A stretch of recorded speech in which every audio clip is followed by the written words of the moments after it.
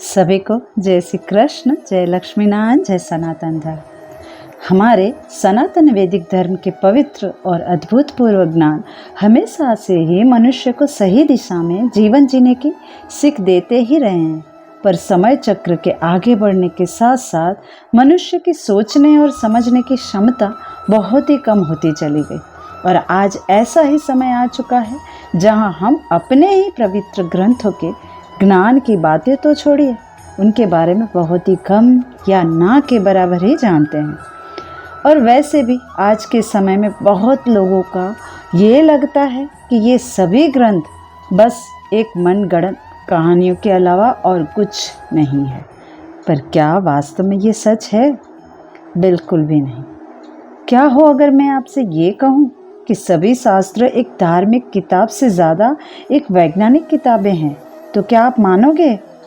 तो जी हाँ, हमारे पवित्र ग्रंथों के अंदर वो विज्ञान छुपा है जिसे हम मनुष्य भूल चुके हैं, या सरल भाषा में समझे तो हम उसे समझने के काबिल ही नहीं रहे।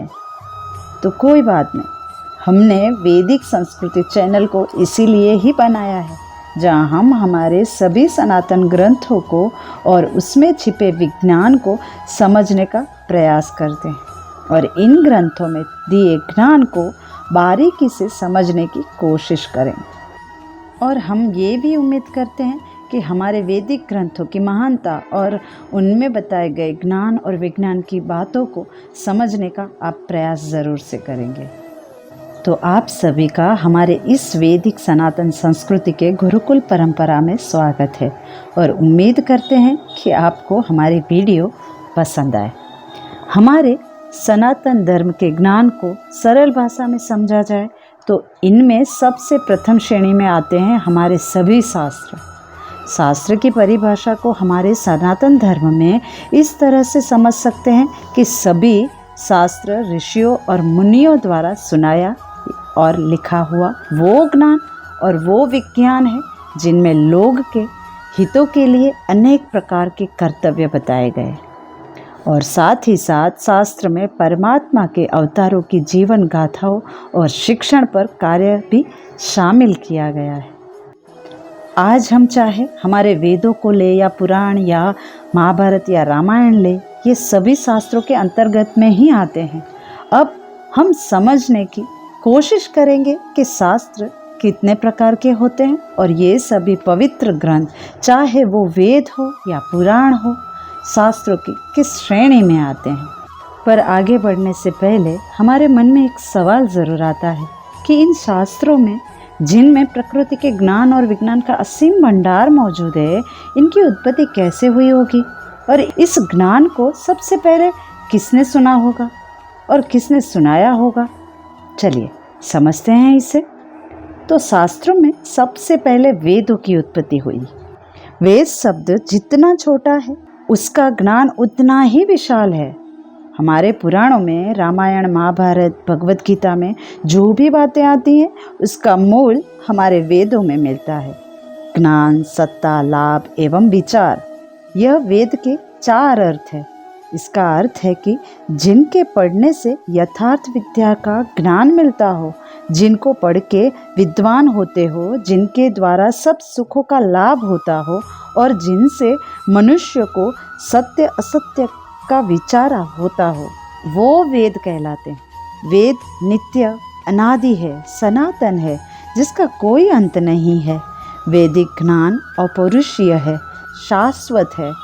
वेद को किसी ने लिपिबद्ध नहीं किया है, इसके लिए इसका कोई ऑथर भी नहीं है। ये वो ज्ञान राशि है जो मंत्र के रूप में मिलती है और ये सभी मंत्र हमारे ऋषियों को साक्षात्कार यानी कि आत्मज्ञान हुए हैं, इसीलिए ऋषि मंत्र दृष्टा है। साक्षात्कार कैसे हुआ? तो समाधि अवस्था में परमात्मा के द्वारा सभी मंत्रों का साक्षात्कार हुआ है, इसीलिए वेदों को परमात्मा की वाणी भी कहा गया है, जो मनुष्य द्वारा निर्मित नहीं किया गया है। अब प्रश्न आता है कि इस वैदिक ज्ञान का स्वरूप कैसा है? तो ये सभी मंत्र के रूप में है, गद्य, पद्य, गीति, यानी कि जो गाया गया हो। स्वर चिन्ह यानी कि रिधम और पाणिनि व्याकरण जो व्याकरण से भिन्न है। इसीलिए वैदिक ज्ञान परमात्मा का दिव्य ज्ञान है, जो गुरु मुख से सुनकर प्राप्त होने वाला ज्ञान है। इसीलिए इसे श्रुति शास्त्र भी कहा जाता है। अगर इसकी पुष्टि करें तो भगवत गीता में भगवान श्री कृष्ण अर्जुन को बताते हैं कि ये दिव्य ज्ञान सूर्य को दिया और सूर्य देव ने मनु को दिया।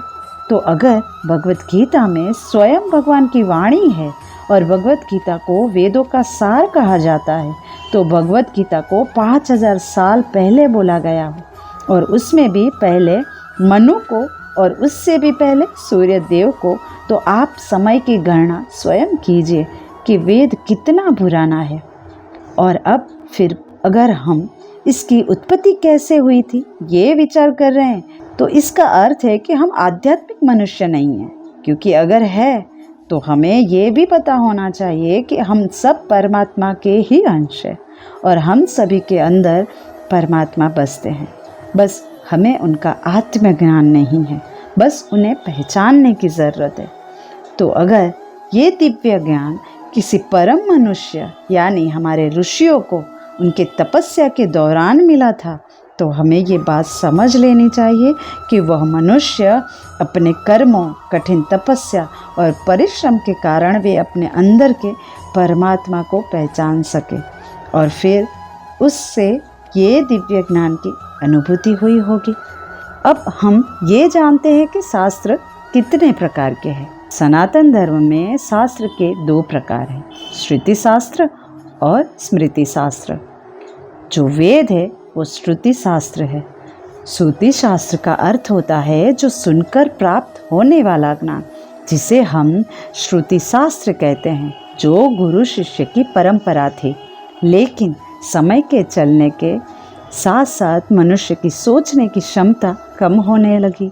मनुष्य अब इतना काबिल नहीं रहा कि वो इन दिव्य ज्ञानों को बस सुन के ही इनका ग्रहण मात्र कर ले।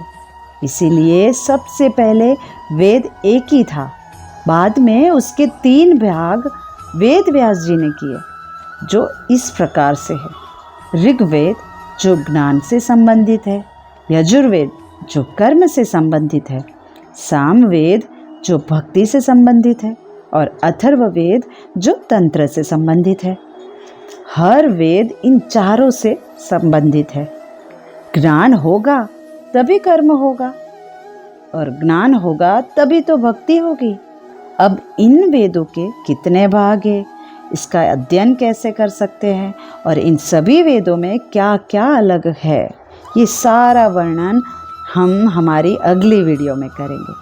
तो आज की जानकारी आपको कैसी लगी ये हमें कमेंट में ज़रूर से बताइए और इस वीडियो को पसंद आए तो लाइक शेयर ज़रूर से करिए और इसे सब्सक्राइब करिए। तो मिलते हैं नेक्स्ट वीडियो में, तब तक आप अपना और अपनों का ध्यान रखें। धन्यवाद। अस्तु।